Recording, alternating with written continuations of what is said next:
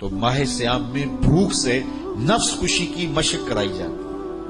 خاشاک دبتی ہیں بھوک سے۔ رسول کریم نے فرمایا یا معاشر الشباب من استطاع منکم الباء فلیتزوج فانہ اغض للبصر واحسن للفرج فمن لم یستطع فعلیہ بالصوم فانہ لہ وجاء۔ اے جوانوں کے گروہ، تم میں سے جو نکاح کرنے کی طاقت رکھتا ہے وہ دیر نہ کرے، جلدی نکاح کر لے، اور اگر کوئی نکاح کرنے کی فی الحال مالی استطاعت نہیں رکھتا تو وہ کثرت کے ساتھ روزے رکھے، اس لیے کہ روزے شہوات کو توڑتے۔ تو نفس کشی کا بہترین ذریعہ جو ہے وہ بھوک ہے، خاموشی ہے اور تنہائی ہے۔ یہ تین چیزیں نفس کو مارتی ہیں۔ اسی لیے حضور نے ارشاد فرمایا من لم یدع قول الزور والعمل بہ، جس نے جھوٹ اور جھوٹے کام نہیں چھوڑے اس کے بھوکا اور پیاسا رہنے کی اللہ کو ضرورت نہیں ہے۔ تو وہ تنہائی اختیار کرے، وہ تلاوت کلام مجید کی کثرت کرے، وہ تقویت دے اپنی روح کو، اپنے باطن کو، اور نفس کو کمزور کرے۔ اب شیطان چھٹ کے بھی اس کا کچھ بگاڑ نہیں سکتا، لیکن اگر ہم نے نفس کا مقابلہ نہیں کیا ہے تو پھر شیطان تو جو ہے وہ پیچ و تاب کھاتا ہے کہ یہ جو تم ٹوپیاں پہن کے مسجدوں میں جا رہے ہو نا، یہ جو تم اب تہجد بھی نہیں چھوڑتے ہو، اب تم 20 تراویاں پڑھتے ہو، ذرا چھوٹ لوں تم سے نپٹوں گا، عید کے دن ہی وہ تماشے کرواؤں گا کہ دنیا دیکھے گی۔ تو وہ غصے سے پیچ و تاب کھا رہا ہوتا ہے اور عید کے دن ہی حملہ آور ہو جاتا ہے، بلکہ رات کو ہی حملہ آور ہو جاتا ہے۔ عشاء کی نماز میں چاند چڑھنے کے بعد لوگ سکڑ جاتے ہیں۔ تو اگر نفس اصلاح پذیر ہو گیا تو شیطان چھٹ کے بھی کچھ نہیں کر سکے گا، اور اگر نفس کی طرف ہم نے توجہ نہ کی تو وہ چاند رات ہی ہمارا سب کچھ لوٹ لے گا۔ جتنے جرائم چاند رات میں ہوتے ہیں، جتنی جیبیں چاند رات میں کٹتی ہیں، جتنی بد نظریاں اور بد نگاہیاں چاند رات میں ہوتی ہیں تو اتنا پورے سال نہیں ہوتی ہیں۔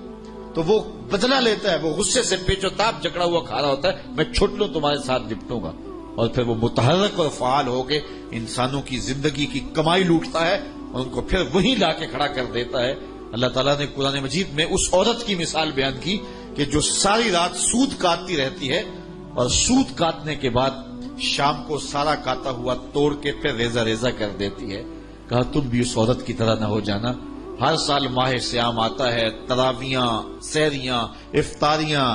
بھوک پیاس کی شدتیں،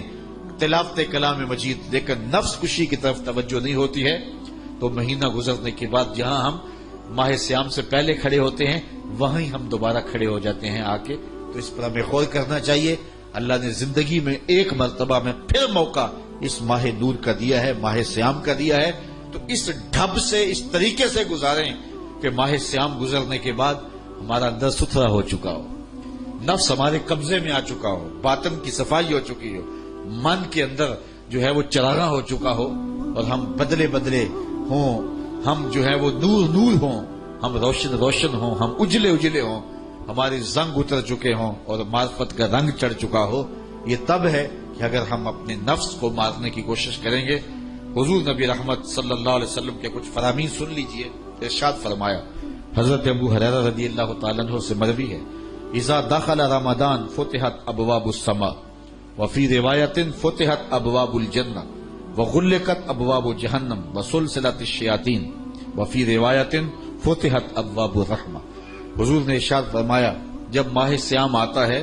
تو آسمان کے دروازے کھول دیے جاتے ہیں، اور ایک روایت میں ہے کہ جنت کے دروازے کھول دیے جاتے ہیں اور جہنم کے دروازے بند کر دیے جاتے ہیں اور شیاطین جکڑ دیے جاتے ہیں،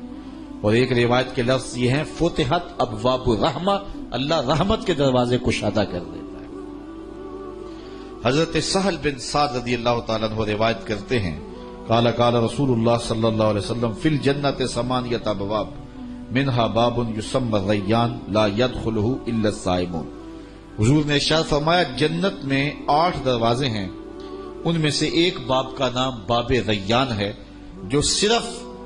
روزہ داروں کے لیے مخصوص ہے، اس سے صرف روزہ دار ہی داخل ہوں گے۔ حضرت ابو ہریرہ رضی اللہ تعالیٰ عنہ سے مروی حضور کا یہ فرمان بھی سنیے جو صحیح بخاری مسلم میں ہے،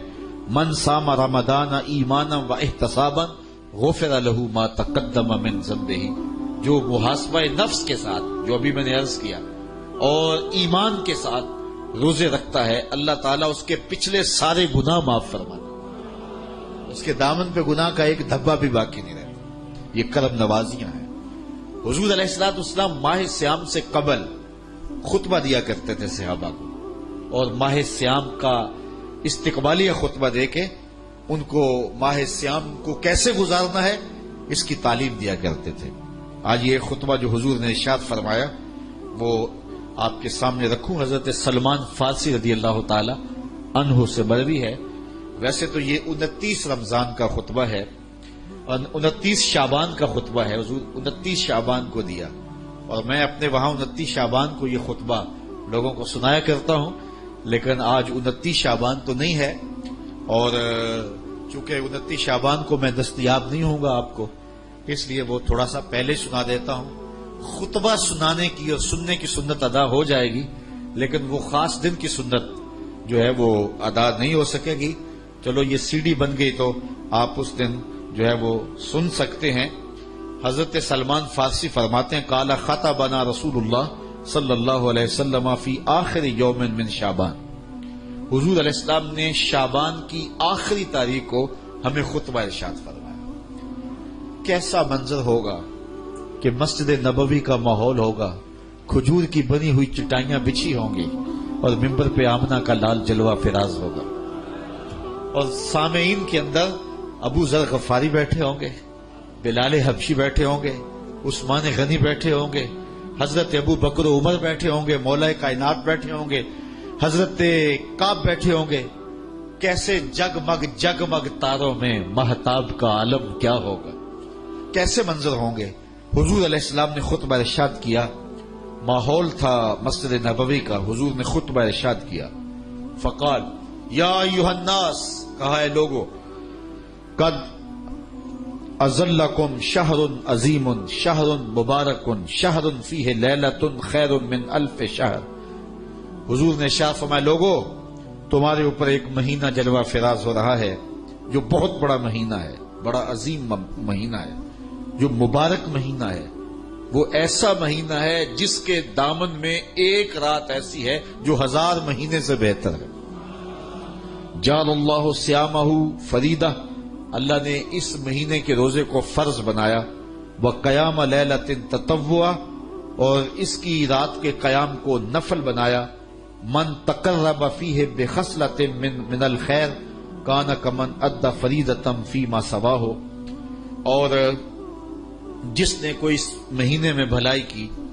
تو وہ ایسے ہے کہ جس طرح اس نے فریضہ ادا کیا، اگر کسی نے نفل ادا کیا تو ایسے ہے جس طرح اس نے فرض ادا کیا۔ ومن ادى فریضۃ فیہ کان کمن ادى 70 فریضۃ فیما سواہ، اور جس نے اس مہینے میں ایک فرض ادا کیا اللہ تعالیٰ اس کو 70 فرضوں کا ثواب عطا، وہ ایسا جس طرح اس نے 70 فرائض ادا کیا۔ وہو شہر الصبر، وہ صبر کا مہینہ ہے، والصبر ثوابہ الجنہ، اور صبر کا ثواب جنت ہے۔ وشہر المواسات، ایک دوسرے سے پیار کرنے کا، ہمدردی کرنے کا مہینہ ہے، دکھ بانٹنے کا مہینہ ہے، لوگوں سے محبت کرنے کا مہینہ ہے۔ وشہر یزاد فیہ رزق المومن، یہ وہ بابرکت مہینہ ہے جس میں مومن کا رزق بڑھا دیا جاتا ہے۔ من فطر فیہ صائمہ، جس نے اس مہینے کے اندر افطار کیا، افطار کروایا کسی شخص کو، روزہ دار کو، کان لہ مغفرۃ لذنوبہ، اللہ تعالیٰ اس کے گناہ معاف فرما دے گا اور اس کو جہنم کی آگ سے آزاد کر دے گا۔ وکان لہ مثل اجرہ، اور روزہ رکھنے والے کو جتنا اجر ملا، روزہ افطار کروانے والے کو بھی اتنا ہی اجر دیا جائے گا۔ من غیر ان ینتقص من اجرہ شیئا، روزہ رکھنے والے کے اجر میں کسی کمی کے بغیر، اس کے اجر میں بھی کوئی کمی نہیں ہوگی، اور روزہ افطار کرانے والوں کو بھی پورا پورا اجر دے دیا جائے گا۔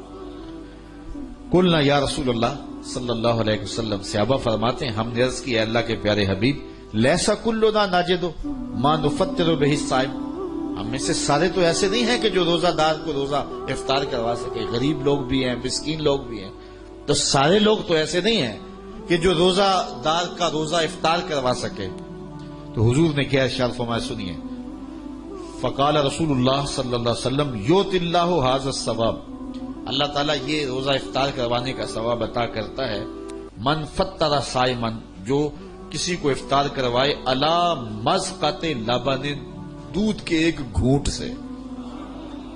او تمرۃ یا ایک کھجور سے، او شربۃ من ماء یا پانی کے ایک گھونٹ سے۔ لازمی نہیں ہے کہ بہت سموسے پکوڑے بہت کچھ پڑے ہوئے ہوں اور بڑی فرنیاں شرنیاں ہوں، نہیں، اگر صرف ایک گھونٹ پانی کا پلا دیا، ایک لسی کا گھونٹ پلا دیا، ایک کھجور کھلا دی، تو حضور نے ارشاد فرمایا اللہ اس کو بھی پورا روزہ افطار کرنے کا ثواب عطا فرمائے۔ اور آگے فرمایا واشبہ صائمن، اور جس نے سراب ہو کے کھلایا، اس کو صحیح پوری فل افطاری کروائی، تو اس کا اجر کیا؟ سقاہ اللہ من حوضی شربۃ لا یظمأ حتی یدخل الجنہ، حضور فرمایا اللہ اس کو حوض کوثر سے جام پلائے گا یہاں تک کہ وہ جنت میں داخل ہو جائے گا، اور جنت میں داخل ہونے تک 50,000 سال کا دن ہوگا، اس کو دوبارہ پیاس بھی نہیں لگے گی۔ جب جام کوثر مل گیا، جس نے ایک گھونٹ میں پی لیا، اس کو پھر پورا حشر کا دن پیاس نہیں لگے گی۔ وَهُوَ شَهْرٌ أَوَّلُهُ رَحْمَةٌ، فرمایا یہ وہ مہینہ ہے جس کا پہلا عشرہ رحمت ہے، وَأَوْسَطُهُ مَغْفِرَةٌ، اور جس کا درمیان والا حصہ مغفرت ہے، وَآخِرُهُ عِتْقٌ مِّنَ النَّارِ، اور آخری عشرہ جہنم سے آزادی کا پروانہ ہے۔ اور آگے ارشاد فرمایا وَمَنْ خَفَّفَ عَنْ مَمْلُوكِهِ فِيهِ، جس نے اپنے مزدور کو، اپنے غلام کو، اپنے ملازم کو، اپنے ماتحت کو آسانی دی، تخفیف دی، نرمی کی، اس سے تھوڑا کام لیا، غفر اللہ لہو وآتقہ من النار، اللہ اس کے گناہ بھی بخش دے گا اور اس کو جہنم کی آگ سے آزادی بھی عطا فرمائے گا۔